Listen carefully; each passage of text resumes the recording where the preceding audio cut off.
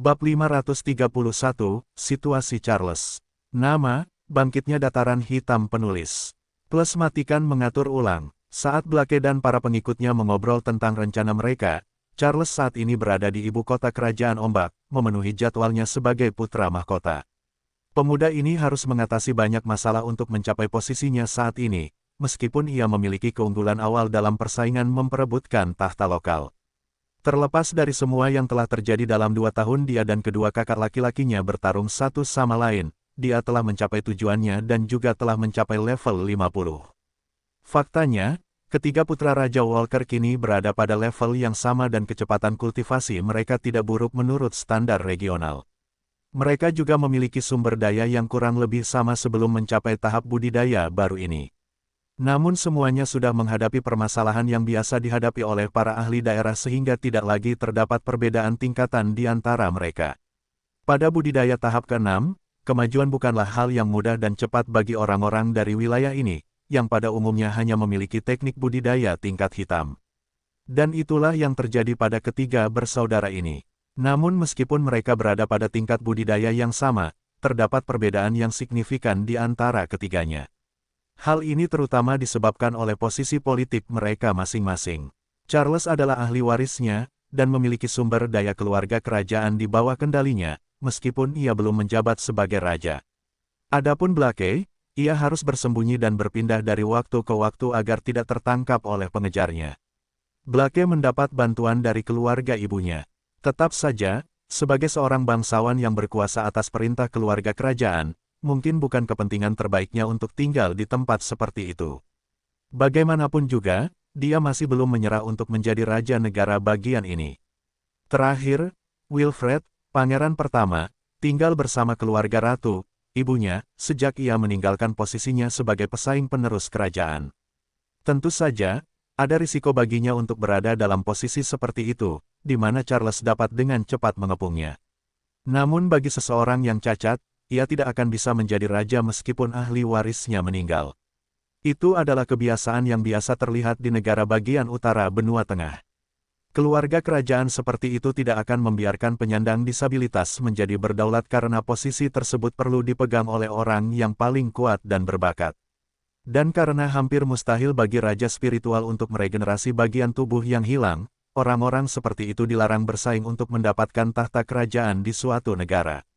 Bagaimanapun, orang seperti itu tidak akan menerima dukungan keluarga kerajaan, dan tanpa hal seperti itu, tidak ada cara bagi siapapun untuk menjadi raja.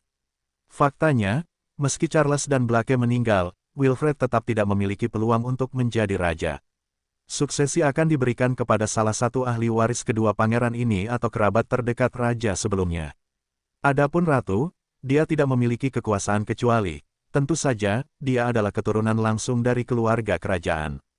Kalau tidak, jika dia hanya istri raja, dia tidak akan pernah memiliki kekuasaan politik di negara bagian manapun.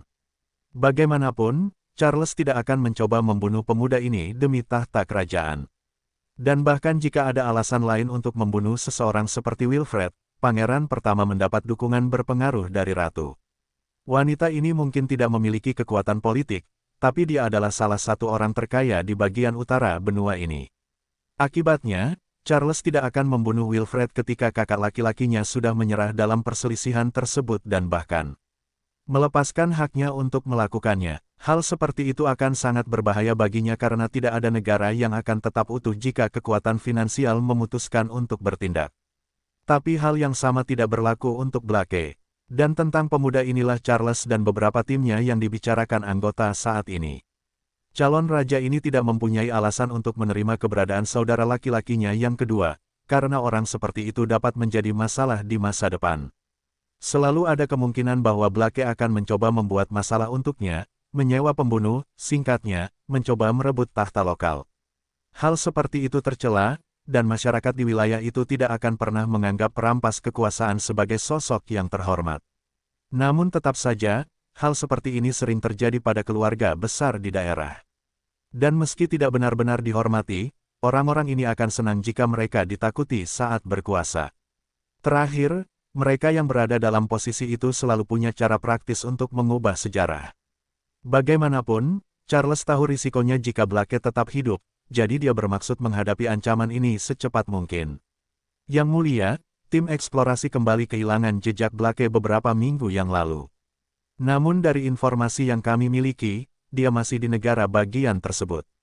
Seorang pria berbaju besi berlambang keluarga kerajaan setempat mengatakan hal ini dengan lantang sambil mengambil posisi formal di depan tempat Charles duduk. Teruslah mencari dia. Kita tidak bisa membiarkan dia hidup, apalagi dengan keberadaan orang itu. Charles dengan tenang berkomentar sambil menyipitkan matanya dan memandang orang-orang di depannya. Ada beberapa raja spiritual di tempat itu, orang-orang dari keluarga kerajaan, keluarga bangsawan ibunya, dan kerajaan daerah lainnya. Seperti misalnya ada anggota keluarga Hargraves di sana. Keluarga seperti itu telah menjadi rekan utama Charles di luar kerajaan ombak. Bagaimanapun, nyawa pemuda ini telah terselamatkan karena hadiah pertahanan yang diberikan oleh organisasi ini. Oleh karena itu, pewaris kerajaan ini secara alami telah memberikan beberapa keuntungan kepada keluarga seperti itu. Akhirnya, ada seorang pengawal kerajaan di samping pemuda ini, mengenakan baju besi khusus, agak berbeda dari pengawal kerajaan lainnya di keluarga ini. Dan tak heran, orang ini adalah bagian dari pengawal raja, kelompok yang khusus melindungi raja dan ahli waris. Semua anggota batalion ini memiliki budidaya di atas level 55, dengan yang terkuat adalah seseorang di level 57. Setelah Charles mengatakan itu, anggota keluarga Hargraves yang ada di sana kemudian menghela nafas dan berkata, "Yang mulia, mungkin orang itu tidak dapat melakukan apapun terhadap Anda." "Mengapa menurutmu begitu?" Seseorang di ruangan itu menanyakan hal ini dengan cepat. "Sederhana, dari apa yang kudengar dari penjelasan Yang Mulia, orang seperti itu menunjukkan kekuatan yang hanya terlihat di antara individu yang datang dari luar wilayah kita. Artinya, dia tidak bisa bertindak secara langsung, karena itu akan lebih buruk baginya." Oh, orang yang sama seperti sebelumnya terkejut dengan hal ini. Memang itu masuk akal. Bagaimanapun, kekuatan seperti itu tidak akan terlihat lahir di wilayah utara bahkan dalam 100.000 tahun. Dan jika orang seperti itu berasal dari kekaisaran atau kerajaan tingkat tinggi, maka semuanya masuk akal. Gereja spiritual tidak akan menghukum orang seperti itu atas apa yang telah terjadi, karena kelompok Charles telah menyerangnya terlebih dahulu. Namun membalas dendam adalah sesuatu yang sangat berbeda. Karena Charles berhasil melarikan diri, maka jika orang tersebut mencoba melakukan sesuatu di masa depan, pewaris kerajaan ombak ini dapat memperoleh bantuan dari gereja spiritual. Mengklaim bahwa ada kekuatan luar yang mencoba mengambil alih negara. Jadi, hal seperti itu akan sangat bagus bagi Charles yang hidup dalam ketakutan sejak kejadian sebelumnya. "Kuharap hanya itu," gumam Charles lalu berkata dengan suara keras. "Tetapi tetap waspada terhadap informasi mengenai orang-orang yang mirip dengannya. Jika orang seperti itu ditemukan, aku ingin informasi itu segera disampaikan kepadaku." "Baiklah, Yang Mulia. Terakhir, mari kita bicara tentang berita terbaru yang diterbitkan oleh Northern News." Setelah mengatakan ini, Charles dan kelompok bawahan, sekutunya terus menyelesaikan banyak masalah regional yang perlu diselesaikan sebelum dia diberi kendali atas negara. Dia masih belum memiliki kekuasaan nyata atas negara. Meski begitu, peralihan kekuasaan dari tim Bupati dan Charles sudah dimulai. Oleh karena itu, banyak hal yang harus dilakukan kelompok ini, dan kejadian seperti ini terjadi setiap hari. Semuanya harus diselesaikan sampai kematian King Walker, yang paling lama terjadi dalam waktu 2 tahun. 2 hari berlalu dengan cepat, dan saat ini, laporan dari Russ, Winston, dan Lionel akhirnya sampai di kantor pusat organisasi itu. Semua orang yang Minos perkirakan akan menerima hasil invasi kota kering telah membaca laporan tersebut dan mengetahui lebih baik tentang realitas tempat seperti itu. Sebagai akibat dari hal tersebut, sebuah pertemuan darurat telah diadakan oleh markas besar keluarga bangsawan kerajaan Brown sehingga fakta-fakta ini dapat disajikan dan didiskusikan di antara individu-individu yang paling bergengsi. Tidak semua tetua menerima laporan dari ketiganya. Namun, orang-orang seperti itu tetap berpengaruh dalam pengambilan keputusan penting, seperti keputusan yang diambil di hadapan kekuasaan ini. Oleh karena itu, tidak ada yang lebih baik daripada kesempatan seperti itu, di mana tokoh-tokoh terkemuka dapat memperdebatkan masalah tersebut dengan cepat dan aman. Di aula besar istana pusat pemerintahan keluarga Yale, 10 orang duduk mengelilingi meja persegi panjang besar saat mereka berdebat tentang topik kota kering. Masing-masing individu telah mencapai tahap ke-6 budidaya. Yang terlemah ada di level 51 dan yang terkuat di level 56. Keluarga Yil hanyalah kekuatan tingkat menengah, dengan hanya 18 raja spiritual di barisan mereka, 8 di antaranya hanyalah bawahan, seperti dalam kasus Winston. Dengan begitu, semua bangsawan dari keluarga bangsawan ini ada di tempat ini, siap untuk memutuskan tindakan masa depan dari organisasi semacam itu. Adapun ahli lainnya dalam keluarga ini, meskipun beberapa di antaranya bahkan lebih kuat daripada beberapa tetua di ruangan ini, mereka tidak memiliki hak istimewa yang sama dengan mereka yang bermarga Yil. Bawahan tersebut akan diberitahu secara pasti tentang keputusan keluarga apapun, dan beberapa bahkan dapat diajak berkonsultasi mengenai beberapa masalah. Namun tidak satu pun dari mereka yang memiliki hak untuk memilih di Dewan Perang, subdivisi yang memiliki kekuasaan untuk memutuskan tindakan hidup dan mati organisasi tersebut. Pembagian seperti itu mempunyai kedudukan yang lebih tinggi dibandingkan dengan kepala keluarga, tetapi, secara umum, ia hanya dibentuk dalam keadaan-keadaan luar biasa, seperti yang terjadi sekarang. Jadi, di masa-masa biasa, segalanya akan diputuskan oleh sang patriark, mirip dengan cara kerja keluarga Hayes di kerajaan Cromwell. Namun meskipun di keluarga tersebut, sang patriark tidak memegang posisi di pengadilan, di keluarga Yil, sang patriark memiliki ketua presiden Dewan Perang. Dan karena itu, saat ini, sang patriark, Liam Yil, level 56, sedang berbicara kepada anggota Dewan Perang lainnya. Keluarga kami berhasil mengambil alih sebuah kota dengan sekitar 150.000 penduduk. Dan 1.000 penjaga, sebuah kota yang, meskipun posisinya berbahaya, kini memiliki keuntungan lebih dari 20 juta kristal tingkat rendah per tahun.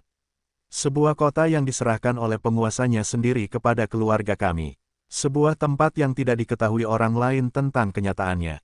Tetua, inilah realitas kota kering baru, yang sekarang berada di bawah wilayah kekuasaan keluarga Yil kita. Ucapnya sambil membuat janggut putihnya bergetar dan tetesan air liur keluar dari mulutnya. Ini adalah informasi yang dijelaskan oleh mereka yang bertanggung jawab atas kelompok yang dikirim ke kota kering, yang menjaga tempat itu sementara kami membuat keputusan. Artinya, kita mengklaim kedaulatan atas tempat itu secara resmi, atau kita menggunakan putra Albert Stuart itu sebagai boneka. Ada kelebihan dan kekurangan dari setiap tindakan ini. Tetap saja, kita harus membuat pilihan secepat mungkin, atau orang lain bisa melakukannya untuk kita. Dia berkata sambil sesekali melihat ke arah masing-masing dari 9 orang di sana. Akhirnya, ketika Liam berhenti sejenak dalam pidatonya, salah satu tetua paling bergengsi di keluarga ini bangkit dari kursinya dan mulai menyatakan pilihannya. Teman-teman, kalian semua mengenalku, dan kalian tahu bahwa biasanya aku lebih suka bertindak secara resmi. Namun dalam situasi ini, aku terutama ingin mengenal tempat ini sedikit lebih baik sebelum kita berkomunikasi dengan otoritas yang lebih tinggi. Keluarga kami hanyalah organisasi tingkat menengah keempat di negara bagian ini, dan House Austin mungkin akan melewati kami di abad-abad mendatang jika situasi kami tidak membaik. Itu benar, orang-orang Austin yang sombong itu berkembang setiap tahunnya. Akan memalukan bagi House Yil kita jika ditinggalkan. Beberapa komentar dibuat setelah tetua itu menyebutkan hal ini di tengah desahan penyesalan dan ketidakpuasan. Orang tua yang sama dari sebelumnya melanjutkan, bagaimanapun, jika kita tidak memanfaatkan peluang yang ada di depan kita, mungkin bukan hanya keluarga Austin yang akan melewati kita di masa depan. Mungkin Cole, Tate, Rios, Del akan meneruskan kita di masa depan juga jika kita tidak melakukan sesuatu. Pada akhirnya, jika kita tidak mengambil risiko apapun, kita akan kehilangan posisi kita di hadapan mereka yang bersedia melakukannya. Jadi, kali ini, saya memilih dan meminta kita semua untuk memilih berurusan dengan kota kering diam-diam untuk sementara waktu. Aku setuju dengan tetua Alexander. Bahkan jika kita menguasai dataran hitam hanya selama 3 tahun, itu sudah berarti lebih dari 60 juta kristal tingkat rendah untuk keluarga kita. Seorang pria kuat dan botak mengatakan ini pada saat yang sama sambil memberi isyarat dengan tangannya. Dan sialnya, dengan begitu banyak kristal, kita bisa memelihara 10.000 jenderal spiritual dan 10 raja spiritual lagi. Kami baru saja menginvestasikan kristal ini ke dalam kekuatan kami, dan dalam waktu kurang dari 50 tahun, kami bisa menjadi keluarga terkuat keempat di kerajaan. Mendengar ini, Orang-orang yang paling rakus di tempat itu menelan ludah mereka sebagai antisipasi ketika mereka bertanya-tanya berapa banyak yang bisa mereka peroleh darinya. Kristal menghasilkan kristal, dan dengan lebih banyak kekuatan di bawah kendali mereka, keluarga Yil pasti bisa mendapatkan wilayah baru di masa depan, yang akan menghasilkan kekayaan lebih besar. Terutama kekayaan individu, yang dapat membantu orang-orang ini dan keturunan langsung mereka menjadi lebih kuat. Memang, ini baru 3 tahun. Kudengar Raja jarang meminta informasi dari Dataran Hitam, dan keluarga bangsawan lainnya tidak meminta informasi dari Dataran Hitam. Aku tidak mengirim anggotanya ke kota itu.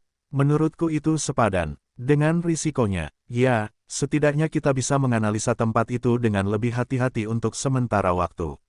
Paling buruk, kita bisa bilang saja kita tidak mengirimnya, aku tidak tahu apa-apa. Dan sebagai wilayah yang berdaulat, kecuali ada makar, tidak mungkin tempat itu bisa dihukum karena sudah berkembang. Jadi, meski ada yang tahu kalau kita punya hubungan dengan tempat itu, kita masih bisa kabur dari sana, hukuman berat. Ya, pada akhirnya, tanggung jawab untuk mengkomunikasikan apapun berada di tangan penguasa muda wilayah itu. Kami tidak ada hubungannya dengan itu. Kami hanya memiliki akademi spiritual di kota itu. Itu saja. Beberapa komentar persetujuan bergema di aula itu selama beberapa menit setelah Liam menyampaikan masalahnya. Dan di akhir pertemuan darurat itu, keluarga Yil memutuskan untuk menunggu lebih lama sebelum mencoba mencaplok Dataran Hitam melalui cara resmi. Mereka tahu bahwa upaya ini kemungkinan besar akan gagal. Jika keluarga Brown menemukan lokasi itu, Raja mungkin akan menggunakan alasan bahwa penguasa muda Dataran Hitam sedang memberontak melawan kerajaan. Oleh karena itu, bahkan jika mereka memiliki alasan untuk merebut kota kering, kemungkinan besar mereka akan kalah itu ke negara dalam waktu singkat. Namun, jika mereka menunggu, setidaknya mereka bisa mendapatkan keuntungan dari tempat itu. Oleh karena itu, telah diputuskan bahwa kelompok baru akan dikirim ke kota kering di masa depan untuk membantu mengelola dan melindungi lokasi tersebut. Mereka tidak mau langsung melakukannya karena akan menarik perhatian keluarga menengah lainnya yang selalu saling mengawasi gerak-geriknya. Namun mereka juga tidak ingin berlama-lama melihat kota itu diambil alih oleh kekuatan lain. Oleh karena itu, telah diputuskan bahwa kota kering akan terus dikuasai oleh Rus selama 2 bulan ke depan. Sejak saat itu, mereka akan mengirimkan kelompok yang lebih luas dan kuat ke sana. Sementara keluarga Yil mengatur tindakan mereka, 2 pemuda pirang sedang berbaring di tempat tidur sambil bermain satu sama lain, di area tertentu di Old Stone, di Stony Island. Ah gelombang, aku merindukanmu, Ellen. Seorang wanita muda gemetar kegirangan saat dia dan pasangannya mencapai klimaks. Setelah mengucapkan kata-kata itu pada Ellen, Elena menciumnya dengan lembut sambil memeluk pinggang kurus gadis itu. Kedua pemuda pirang itu benar-benar berkeringat, tubuh mereka panas karena latihan intensitas tinggi yang mereka lakukan sebelumnya. Pada saat yang sama, ada rona merah di wajah mereka, bercampur dengan tanda merah tertentu, beberapa di antaranya di leher. Dan saat mereka merasakan panas satu sama lain, mereka berdua berciuman, saat keduanya berguling di tempat tidur besar tempat mereka berbaring, mengacak-acak rambut acak-acakan mereka. Gelombang, sepertinya kamu benar-benar menantikannya, iya. Elena menggoda Ellen sesaat setelah memisahkan bibirnya dari bibir wanita muda itu. Mendengar hal itu, Ellen melihat ke kiri dan ke kanan, lalu kembali fokus pada sosok temannya yang kali ini sedang mencondongkan tubuh ke arahnya, dengan payudara setinggi lehernya. Itu adalah pemandangan yang istimewa, di mana wanita muda Nash ini dapat melihat dengan jelas puting kemerahan Elena yang saat ini sudah tegak sempurna. Namun Ellen tidak terganggu melihat bagian indah tubuh temannya itu, karena dia sudah memuaskan hasratnya yang paling menggebu-gebu. Akhir-akhir ini cukup menegangkan, ucapnya sambil salah satu tangannya memeluk pinggang Elena. Aku menyadarinya. Kamu terlihat seperti binatang buas yang sedang kepanasan, haha. Elena menggodanya, mengingat api yang seolah tak ada habisnya di dalam tubuh temannya. Kamu harus mencoba berkencan dengan orang yang berbeda denganku, Ellen. Menurutku kamu harus berhenti peduli bersekutu dengan Minos dan tidak ingin tidur dengannya. Kamu benar-benar pengaruh buruk, komentar Ellen sambil menggelengkan kepalanya dalam kekecewaan. Wanita ini telah menghabiskan beberapa bulan di kota kering, sebagian dari periode kehadiran Minos di sana, setelah dia kembali dari perjalanan terakhirnya. Tetapi meskipun mereka mempunyai kesempatan untuk tidur bersama, tidak pernah terjadi apa-apa di antara mereka. Bukan karena Stuart muda tidak mau, tapi karena Ellen sudah menolak menerima saran Elena terkait mereka bertiga berhubungan seks. Berapa banyak aliansi yang putus karena seks? Perasaan, kamu sangat tahu ini. Lagi pula, kasus seperti ini terjadi setiap hari di dunia kita. Ellen berkata dengan suara rendah sambil mendorong tubuh menggoda temannya itu dan duduk di tempat tidur itu. Aku tidak ingin merusak bisnisku dengan Minos. Tidak ada hal buruk yang akan terjadi jika kamu tidak membosankan. Elena berkomentar tidak setuju. Paling-paling, kamu bisa bersenang-senang bersama kami beberapa kali dan kemudian kembali ke kehidupanmu setelah itu. Siapa bilang perlu ada perasaan yang terlibat? Minos bukanlah tipe pria menyedihkan yang terus mencari hubungan seperti itu hanya karena dia tidur dengan seorang wanita. Dia tidak mencari komplikasi yang tidak perlu. Jadi, aku ingin kamu mencobanya bersama kami. Elena kemudian tersenyum dan menyelesaikan komentarnya. Pasti menyenangkan, Ellen. Namun Ellen hanya melirik temannya sambil berpikir sebelum akhirnya meninggalkan topik pembicaraan. Lupakan saja untuk saat ini. Tidak peduli apa yang kamu katakan, aku tidak akan bisa pergi ke dataran hitam untuk waktu yang lama, dan kecil kemungkinannya Minos akan datang ke Pulau Batu. Satu arah atau yang lain, tidak akan terjadi apa-apa dalam waktu dekat. Yah, itu benar. Dataran hitam sedang berada pada titik balik saat ini, dan perang dengan keluarga Allen semakin intens setiap hari. Elena berkomentar setelah menghela nafas dalam-dalam. Dataran hitam telah memicu beberapa rencana yang tidak akan membiarkan Minos dan pasukannya mundur. Di saat yang sama, bahaya yang ditimbulkan oleh faksi keluarga Allen semakin terlihat. Baru-baru ini, pertempuran terjadi di Pulau Batu hampir setiap hari, sementara perang dagang berdampak buruk pada kedua belah pihak. Terlebih lagi, dengan semakin seringnya kematian raja spiritual, kekuatan lokal yang terlibat dalam hal ini tidak bisa kehilangan fokus mereka pada hal-hal kecil, seperti masalah kedua wanita ini sebelumnya. Selain itu, sebagai salah satu penyebab utama semua ini, Ellen harus sangat berhati-hati, atau keberadaannya akan terancam. Situasinya berada pada tahap lanjut sehingga wanita ini baru saja meninggalkan kediamannya dan bahkan menerima perlindungan dari dua petani di level 55. Ngomong-ngomong, bagaimana kabar Minos? Dia seharusnya sudah berada di level 49, kan?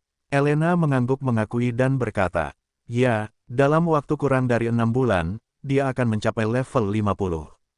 Oh, senang mendengarnya. Ellen berkomentar sambil tersenyum. Dengan kecepatannya yang meningkat, tidak akan lama lagi dia bisa melakukan intervensi di Pulau Batu dan mengakhiri perang. Saat Ellen memikirkan satu-satunya pilihan, dia melihat perang ini berakhir, damai, di saat yang sama dia mendengar pertanyaan temannya. Dan bagaimana pergerakan keluarga Allen baru-baru ini? Baru-baru ini, beberapa tetua keluarga Allen melakukan perjalanan ke Kerajaan Cromwell dan Kerajaan Ombak. Selain itu, kudengar mereka mencoba mendapatkan bantuan dari gereja spiritual tetapi gagal total. Ellen kemudian mengerutkan kening dengan ekspresi khawatir dan dikatakan, saya pikir perjalanan ini ada hubungannya dengan kegagalan ini. Saya khawatir mereka sedang mempersiapkan langkah besar. Apa, menurutmu apakah mereka akan mencoba pendekatan yang lebih aktif? Mungkin, baru-baru ini, kerugian kelompok musuh lebih besar daripada kerugian sekutu kita. Dan mengingat masa lalu keluarga Allen, mereka tidak akan menerima ini tanpa mengambil tindakan besar. Setidaknya, mereka akan melakukan sesuatu yang kecil, lebih menentukan dalam waktu dekat. Ellen kemudian meninggalkan tempat tidur itu dan menuju kamar mandi. Mari lihat apa yang terjadi, kelompokku juga bersiap untuk melakukan serangan balik saat sesuatu yang lebih besar terjadi. Bagus sekali, lalu kami akan mengirimkan surat untuk memberitahu Minos bahwa sesuatu akan segera terjadi di Pulau Batu. Mereka kemudian terus membicarakan masalah ini sambil pergi mandi air panas yang lama.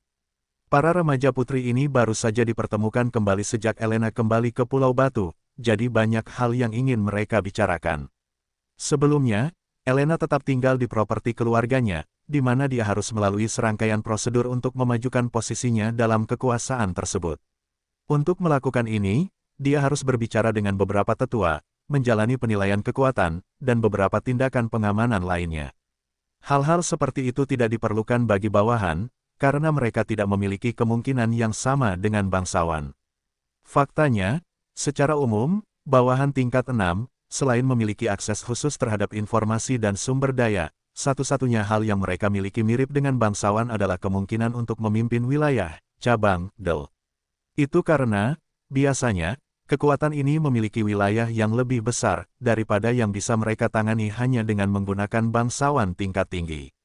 Oleh karena itu, bawahan pun memenuhi tugas tersebut, seperti halnya Miria di kota perairan. Tapi bawahan tingkat 6 itu akan selalu memiliki atasannya, para bangsawan yang akan mereka ajak bicara jika mereka mempunyai masalah untuk dilaporkan, diminta, del. Bawahan ini tidak bisa membawa masalah ini ke bangsawan manapun, karena individu-individu ini pun memiliki subdivisinya sendiri. Bagaimanapun, beberapa orang lebih suka melakukan jenis pekerjaan tertentu saja. Jadi, bawahan akan berbicara dengan atasan mereka, dan orang-orang ini akan melakukan apa yang diperlukan dengan informasi dan masalah tersebut. Karena itu, Elena menghabiskan beberapa hari mengambil komando beberapa raja spiritual, pandai besi, atau pejuang, orang-orang yang sekarang berada di bawah kepemimpinannya. Terakhir, prosedur bagi seorang bangsawan untuk menerima peningkatan status dalam keluarga bangsawan lebih rumit, karena melibatkan tingkat kekuasaan politik yang lebih tinggi. Tapi itu sepadan, dan sekarang Elena punya beberapa rencana tentang apa yang harus dilakukan terhadap orang-orang ini, untuk membantu keluarganya menjadi lebih baik lagi. Sementara berbagai masalah berkembang di berbagai bagian utara benua tengah, dalam sekejap mata, 3 minggu telah berlalu. Peperangan meletus di lebih dari satu negara bagian ketika beberapa keluarga bekerja keras untuk menemukan cara melindungi diri mereka sendiri dan meningkatkan kekuatan mereka di masa-masa penuh gejolak ini. Anak-anak muda baru mulai berkultivasi setiap hari, sementara banyak kultivator berpengalaman meninggal di seluruh wilayah. Namun meskipun wilayah ini sedang mengalami masa yang tidak biasa dibandingkan dengan masa lalu, di Dataran Hitam, banyak hal telah berkembang dengan lancar pada minggu-minggu tersebut. Ketegangan yang terjadi di antara para prajurit terkait ancaman dari keluarga Yil masih ada, namun keadaan sudah tenang beberapa hari terakhir. Namun ketika semua orang di kota kering baik-baik saja, semakin kuat setiap hari, 3 raja spiritual mendekati tempat itu, datang dari utara. Saat matahari tengah hari menghangatkan dataran hitam yang tak bernyawa, 3 orang di atas seekor elang besar mendekati kota kering dari sisi utara tembok. Dari ketiganya, ada 2 wanita di sana, salah satunya dengan rambut ungu dan kecantikan kelas atas dan yang lainnya bermata putih dan tubuh langsing, berjalan sambil duduk di belakang seorang pria jangkung dan berotot. Tentu saja, mereka adalah Edward, Regina, dan pengawal wanita ini, yang melakukan perjalanan cepat dari Alamanda ke kota kering. Setelah dengan hati-hati meninggalkan kota itu, ketiganya buru-buru melakukan perjalanan bersama White menuju pegunungan tengah kerajaan ombak, di mana mereka telah membingungkan orang-orang yang biasanya mengejar ahli racun ini. Orang-orang seperti itu cukup gigih dalam usahanya. Namun, mengingat kondisi yang mendukung pelarian Regina, tidak lama kemudian mereka berhasil melewati bagian perjalanan yang menantang ini. Setelah itu, rombongan melakukan perjalanan tanpa basa-basi lagi selama sisa perjalanan hingga akhirnya mereka sudah cukup dekat dengan kota kering untuk dapat melihat tempat tersebut dari ketinggian yang mereka tempuh. Jadi, ini posisi organisasi di belakangmu. Pengawal Regina bertanya pada Edward sambil memandang ke arah kubah kota kering yang saat ini tampak hanya seperti bola kecil di tengah medan gurun. Edward belum pernah memberitahu mereka berdua bahwa mereka akan datang ke kota kering dalam perjalanan ke sini. Lagi pula, tidak akan menarik jika mereka mengetahui hal ini dan kemudian memutuskan untuk kembali ke Alamanda. Orang-orang ini cukup berpengalaman untuk mengetahui cerita mengenai wilayah tersebut, jadi mereka pasti tidak akan percaya bahwa janji-janji Edward bisa menjadi kenyataan, benar jika dia datang dari tempat seperti itu. Dan mereka tidak merasa aneh jika dia tidak memberitahu mereka lokasi wilayah tersebut. Itu karena ini adalah praktik yang lazim dilakukan oleh organisasi tersembunyi di wilayah utara benua tengah. Hanya beberapa lusin orang di luar organisasi-organisasi ini yang mengetahui lokasi mereka di seluruh wilayah. Jadi tidak satupun dari mereka yang menanyakan pertanyaan mengenai masalah ini. Namun ketika mereka sudah cukup dekat dengan kota kering, Edward akhirnya memberitahu mereka bahwa inilah tempatnya. Ia kemudian menjawab pertanyaan dari Angela, level 54, pengawal Regina. Ya, ini adalah lokasi wilayah kekuatan yang saya wakili. Regina kemudian mengerutkan kening dan memandang kubah itu dengan penuh minat. Berdasarkan lokasinya, ini pasti dataran hitam. Tetapi aku tidak tahu ada tempat seperti ini di wilayah ini. Sudah berapa lama mereka di sini? Mungkin organisasi ini sudah ada sejak lama. Dia merenung dengan ragu, mencoba memahami situasinya. Dia tahu nama kota kering, tapi dia benar-benar tidak tahu bagaimana menemukan kota ini tanpa bantuan peta. Itu karena dia belum pernah mengunjungi tempat seperti itu, meski telah mendengar cerita dari kota termiskin di wilayah tersebut. Jadi, Regina tentu saja tidak mengira bahwa tempat yang dilihatnya ini adalah kota kering. Bagaimanapun, ketika kedua wanita ini memiliki beberapa pertanyaan di benak mereka, White tidak butuh waktu lama, dan tak lama kemudian ketinggiannya semakin rendah. Pada saat yang sama, kecepatannya mendekati ideal untuk pendaratan. Mereka hanya berjarak beberapa kilometer dari pos terdepan paling utara di tembok ketika kedua wanita itu merasakan fluktuasi kuat yang dipancarkan oleh susunan menara pertahanan kota kering. Luar biasa, seluruh kota dilindungi oleh susunan seperti itu. Angela berkomentar dengan kagum, karena dia sudah melihat beberapa bangunan di kota itu melalui kubah dan beberapa tanaman di sisi timur kota. Sepertinya kalian benar-benar tidak keberatan. Menyia-nyiakan kristal kalian, hehe. Apakah ini semua hanya untuk mengisolasi kalian dari dunia? Regina bertanya sambil tersenyum. Anda sangat tanggap, Nona Regina. Setelah beberapa waktu, kelompok Edward melewati pintu masuk utara ke tembok dan menuju ke bagian dalam kota kering. Dengan melakukan hal itu, mereka telah membuat para prajurit di pos yang mereka lewati benar-benar tercengang. Lagi pula, orang seperti itu belum pernah melihat orang sekuat Regina. Beberapa orang di Black Plain Army telah mengenal Ibu Minos, Maisi, seorang kaisar spiritual. Namun, itu sudah terjadi hampir 5 tahun yang lalu, saat di kota ini, hanya Dilian yang bisa merasakan kultivasi wanita ini. Jadi, meskipun beberapa tentara pernah melihat wanita itu sebelumnya, tidak ada satupun dari mereka yang mengetahui kekuatannya. Oleh karena itu, Regina adalah kultivator kuat pertama yang pernah mereka temui. Dan, tentu saja, mereka ternganga karena kecantikan tingkat dan tingkat pertama wanita ini. Namun tidak hanya itu, mereka tahu bahwa Edward tidak akan membawa orang seperti itu tanpa tindakan tersebut menjadi hal yang positif bagi tentara. Oleh karena itu, setelah mengagumi Regina, mereka semua sangat tersentuh dan cemas akan masa depan Dataran Hitam. Kota kecil mereka berkembang pesat, dan akhirnya, orang-orang perkasa mulai bermunculan di tempat ini. Itu adalah hal yang baik bagi mereka, yang sudah mapan di sekitar sini, jadi mau tak mau mereka merasa senang dengan hal itu. Pokoknya, dengan cepat, kelompok itu melewati jalan-jalan sibuk di kota kering, dengan beberapa mata penasaran mengawasi mereka sepanjang waktu. Namun hal itu tidak memperlambat mereka, dan hanya dalam waktu sekitar 10 menit, mereka telah sampai di rumah pemerintah setempat. Kedua teman seperjalanan Edward tidak terlalu terkesan dengan kota ini karena tidak satupun dari mereka mengira ini adalah kota kering. Namun di sisi lain, mengingat susunan pertahanan tempat ini, kekayaan dan kualitas hidup yang terdapat di dalam kubah ini tidak menarik perhatian.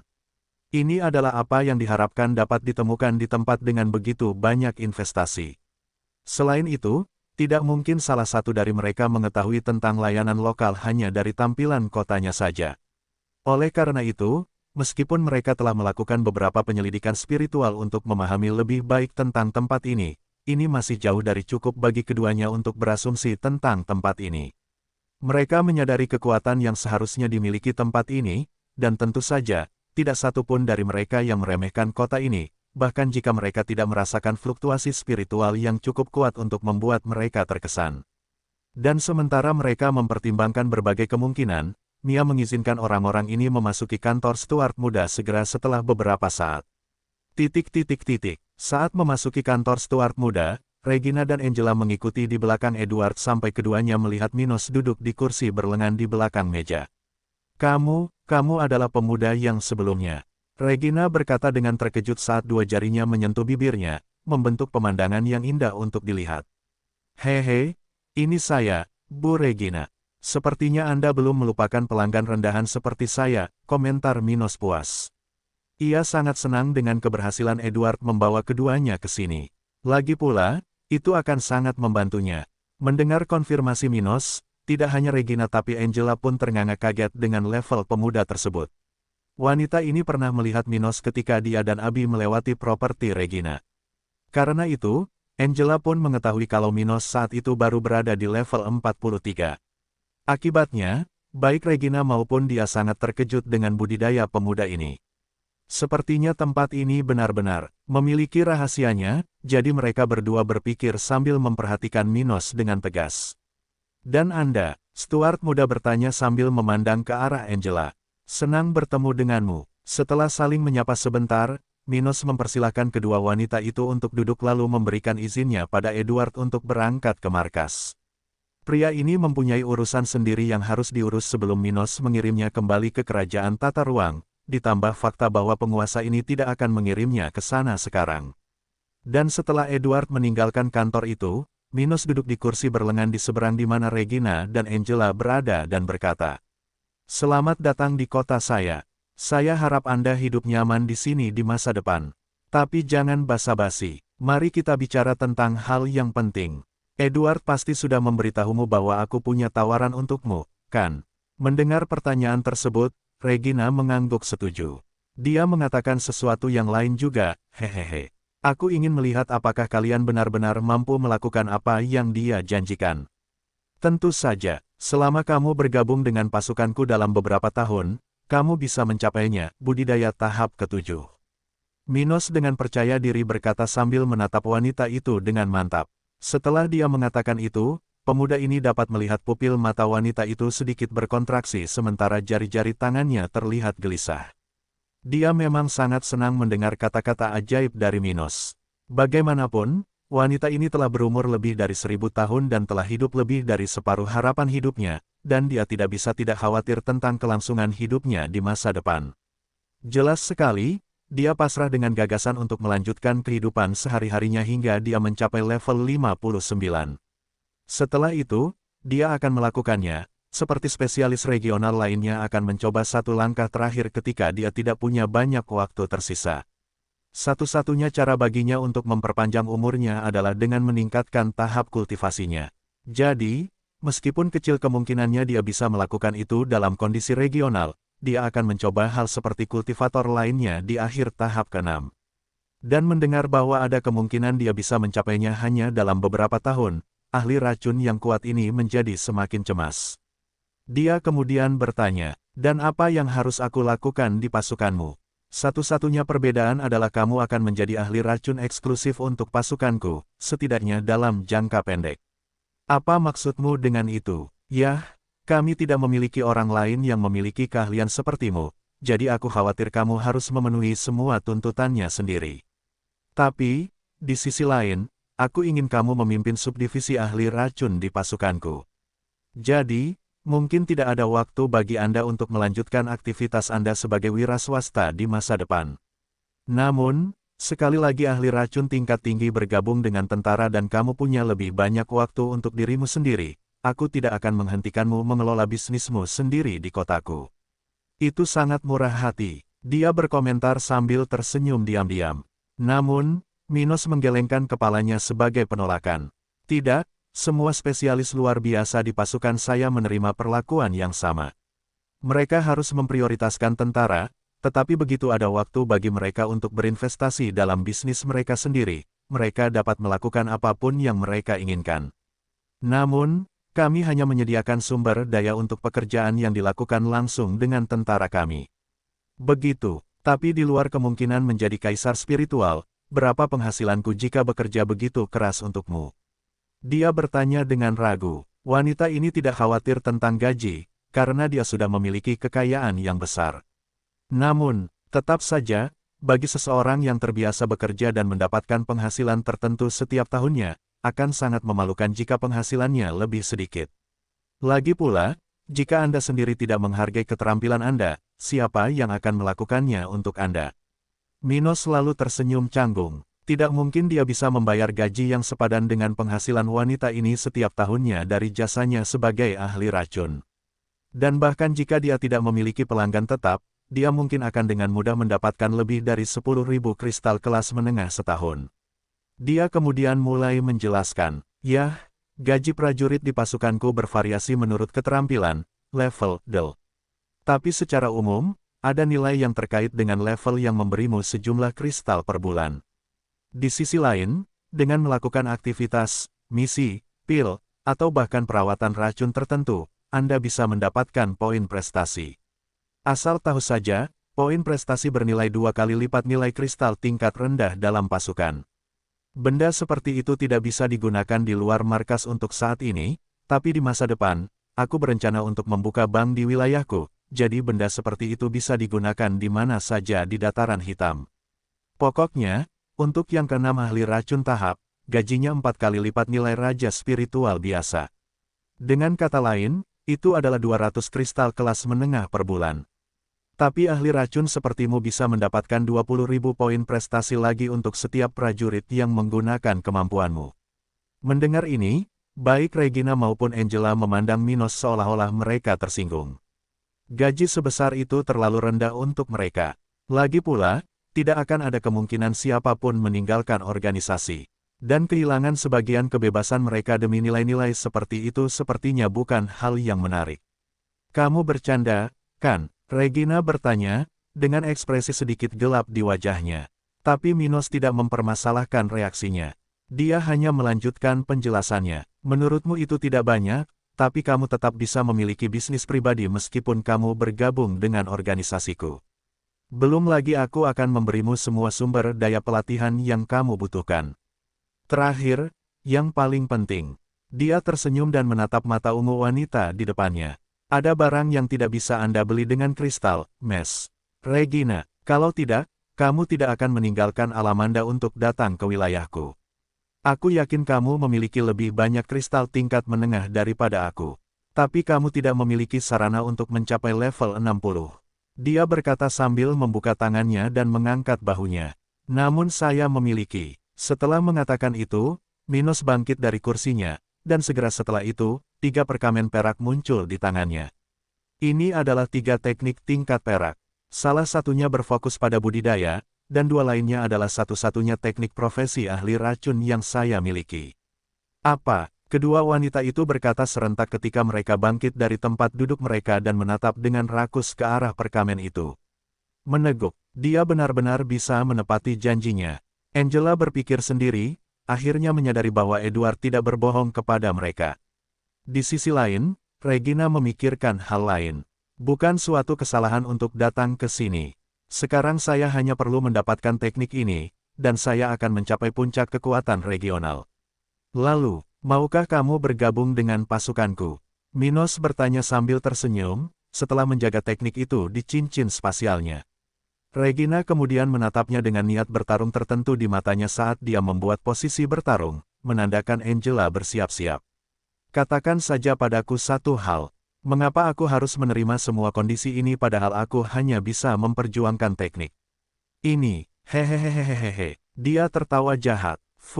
Dalam sekejap mata, Minos mengaktifkan teknik gerakannya dan tiba-tiba muncul di belakang kedua wanita itu, dengan ujung salah satu pedangnya berada di belakang kepala Regina. Itu karena aku jauh lebih kuat dari kalian berdua. Menyadari perubahan yang terjadi, Angela melompat ke samping lalu menatap Minos dan Regina. Saat ini, aliran kecil darah mengalir di bagian belakang leher Regina, sementara wajah Minos terlihat tenang. Adapun Regina, wanita ini sedang berkeringat dingin. Dia tidak pernah berpikir bahwa seorang kultivator level 49 dapat bergerak begitu cepat dan menempatkannya dalam situasi ini. Kalian berdua sebaiknya tenang karena aku tidak ingin ada kekacauan di kantorku. Mengenai kesalahan konyol ini, aku akan memaafkanmu kali ini, seperti yang aku harapkan darimu, Regina. Dia kemudian tertawa dan berkata, lagi pula, kamu harus mencobanya, kan? Meneguk, dia mengepalkan tinjunya sejenak dan kemudian memberi isyarat agar Angela tenang. Benar, kamu benar, Minos muda. Itu tidak akan terjadi lagi. Bagus sekali. Dia lalu menurunkan senjatanya dan berkata, baiklah, kalian berdua, silakan bergabung denganku. Sekarang mari kita bicara tentang kondisi salah satu prajuritku.